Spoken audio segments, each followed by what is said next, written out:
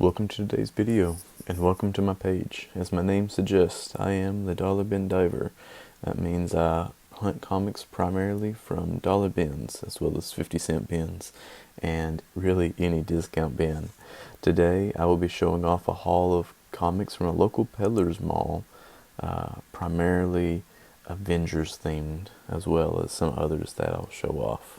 So, to begin here, I have Avengers issue 206, Fire in the Streets. This is just a great little comic for, well, a little over $1. I do occasionally do that, but back in the right direction. Here's Avengers 171. As you can tell, it has been marked on quite a bit, but for me, for that price, it was nice to go ahead and pick it up just to add to the collection. Add another one to that area. And one thing nice about some of these vendors, I got an extra comic, which is Shang-Chi and the Ten Rings. This is issue number 3. So I did pay, I guess, $1.50 average on those two. But this is a newer run that I've actually decided to start collecting.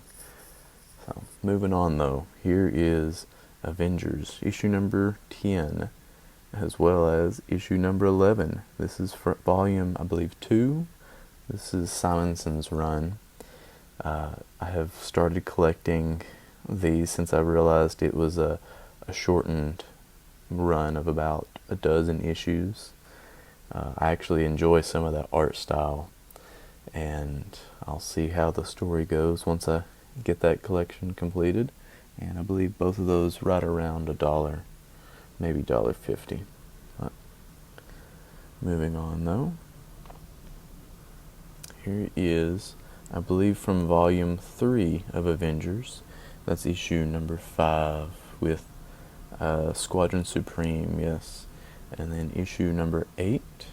I don't know really anything about this character, Triathlon. And then issue number 19. This Evil Reborn, of course, an Ultron story there by Busiek. So, and as well as issue number 20 and issue number 31. As you can see, I get 2 comics in the same pack for that price at some of these vendors, which is nice. Issue 31, Vision is back, and he's brought trouble. So that'll be I don't know if that's a retelling of some of the original stories, but I'll be enjoying that one once I have a good consecutive run. Okay, so moving on here. So I'm kind of all over the place with my Avengers collecting, and here is the New Avengers. I believe this is from volume 1 of the New Avengers by Bendis. This is issue number 47. As you can tell, this is a Skrulls variant from the Secret Invasion crossover run. I do not have many in this area, but I am completing that. And as many of the comics I've collected in this run, I have an extra issue. This is XMen issue 181.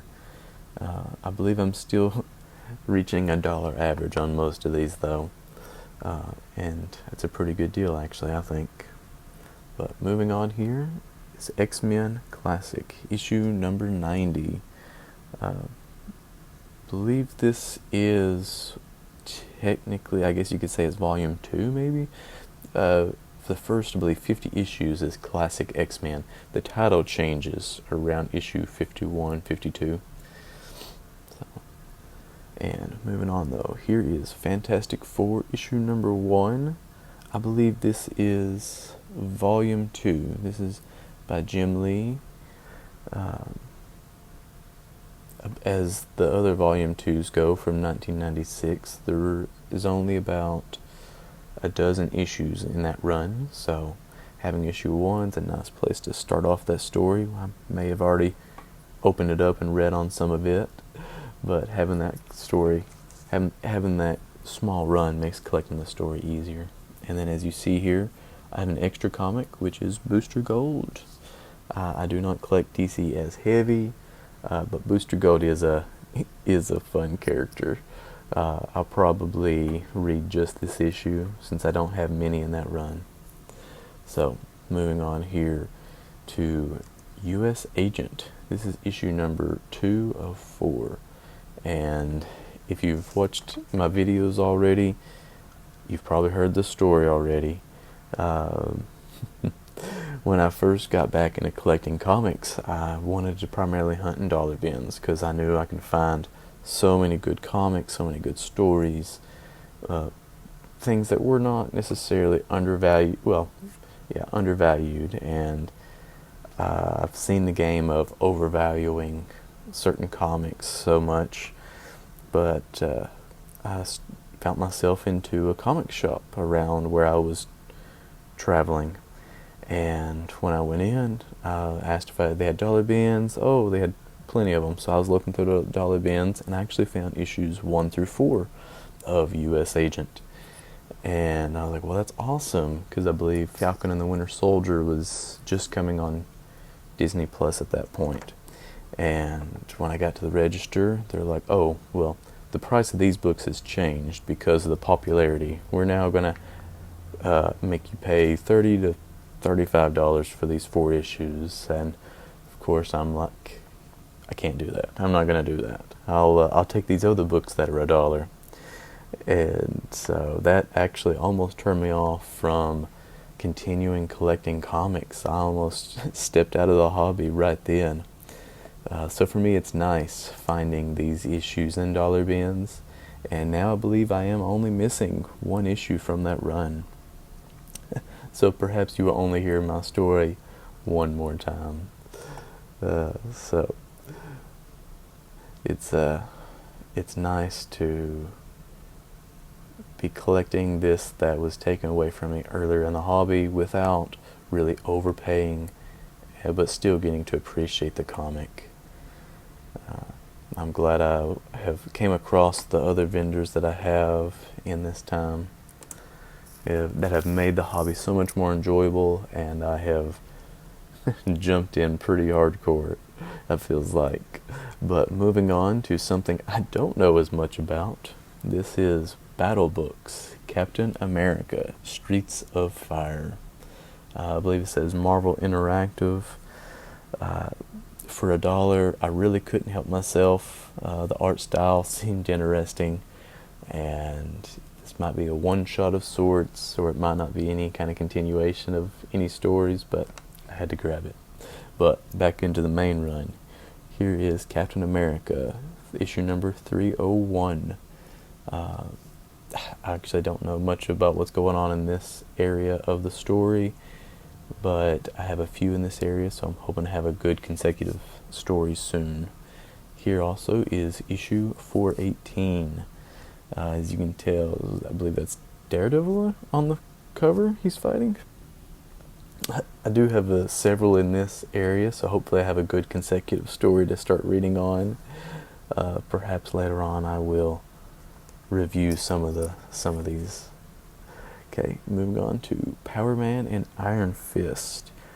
I believe this is issue 120. Just love that cover. I may have a couple issues of this already just because I enjoy the cover so much of those two fighting it out yet again.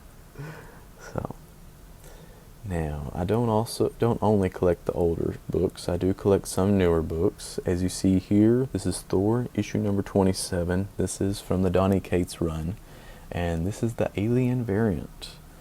I'm not as big into Alien, but I do enjoy Thor, and I have enjoyed every story that I've read of Donny Cates so far, so I am giving this Thor run a good try.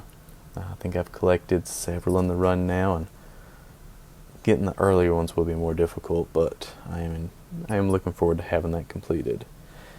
Also, speaking of Donny Cates, here is one of his runs from Image Comics. This is Crossover, I believe, issue number 10, as well as issue number 11. I know nothing about this run, and let's get that glare off. but I have heard good things, and I have been told by many people if I enjoy stories by Cates, I will enjoy this run still. So far there's only about a dozen issues, and I have kept up.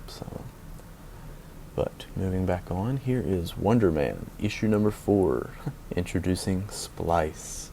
Ever since the announcement that Wonder Man could potentially have a show or a movie, I've been collecting those from dollar bins when I can find them. And of course, here is my extra issue, which is X-Men, I believe Regenesis issue number 23. I do not know anything about this run, but as an extra issue I figured I could grab it and find out. Moving on is Force Works issue number 9. I believe that's Brother Voodoo on the cover there. I have a good chunk of this run completed, and I'm excited to give it a good read here soon. And of course, we get an extra issue there. This time it is another DC Comics. This is Showcase 95 from the pages of Superman, Gangbuster. And I believe I got both of those comics for under $1, so I can't beat that. Can't complain about that at all. Alright, so I have started collecting the Ultimate Spider-Man. Here you see issue number 74, Hobgoblin Part 3. And issue 83, I believe it is Warriors Part 5. An awesome little Moon Knight cover there.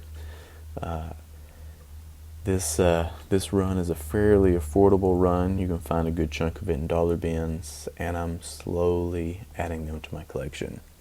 But moving back on to some of the main run, here is Web of Spider-Man, issue number 13.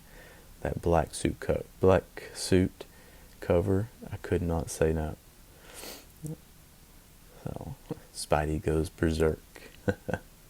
Alright, speaking of comics I do not know about, here is Strange Tales, featuring Thing, Doctor Strange, and Human Torch. This is kind of a square-bound book, but let's take a look at it. Let's open it up here and see what's going on with it. This is the last book I'll be showing off on my haul today. Alright, so the glossy cover, as you can tell, that is nice. Hardly any spine ticks with that going on. So this is Strange Tales. I believe this is volume 3, issue number 1 from 1994 by Kurt Busiek. I believe he has been a theme today in my comic collecting. I don't know if it was something about his art style or the art style of stories that he's wrote, but that has been my go-to author this haul. This is I'm excited to give this issue a read. Alright, so there is my full stack.